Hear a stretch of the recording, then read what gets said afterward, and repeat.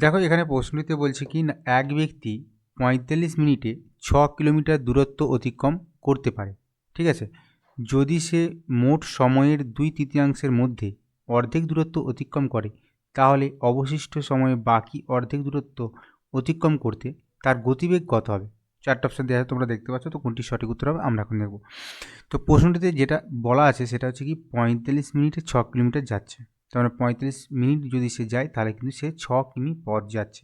আচ্ছা, মোট সময়ের 2/3 মধ্যে, মানে মোট সময় হচ্ছে 45 মিনিট, এই 45 মিনিট সময়ের 2/3 সময় মানে কত?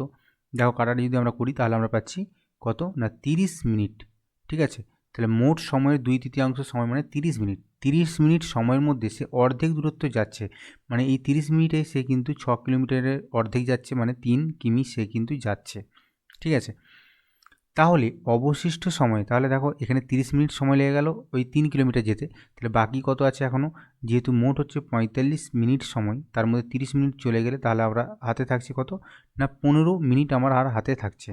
এই 15 মিনিট সময়ে আমাকে কি করতে হবে? বাকি দূরত্ব অতিক্রম করতে হবে, বাকি অর্ধেক দূরত্ব, মানে বাকি আছে কত না, বাকি আছে এখনও 3 কিমি দূরত্ব অতিক্রম করতে হবে। তাহলে তার গতিবেগ কত? তার মানে 15 মিনিটে যাচ্ছে 3 কিমি, তাহলে 15 মিনিটকে আমরা 60 মিনিটে করতে চাই, মানে ঘন্টায় বের করতে গেলে, তাহলে 15কে 4 দিয়ে গুণ করো এবং একেও তুমি 4 দিয়ে গুণ করে দাও। তাহলে দেখো এখানে পাচ্ছি 60 মিনিটে যাচ্ছে কত না, 60 মিনিটে যাচ্ছে 12 কিমি। ঠিক আছে, তো তাহলে তার গতিবেগ হচ্ছে 12 কিমি/ঘন্টা। সঠিক উত্তর হয়ে যাবে অপশান নাম্বার সি, 12 কিমি/ঘন্টা। আশা করছি তোমরা বুঝতে পেরেছ।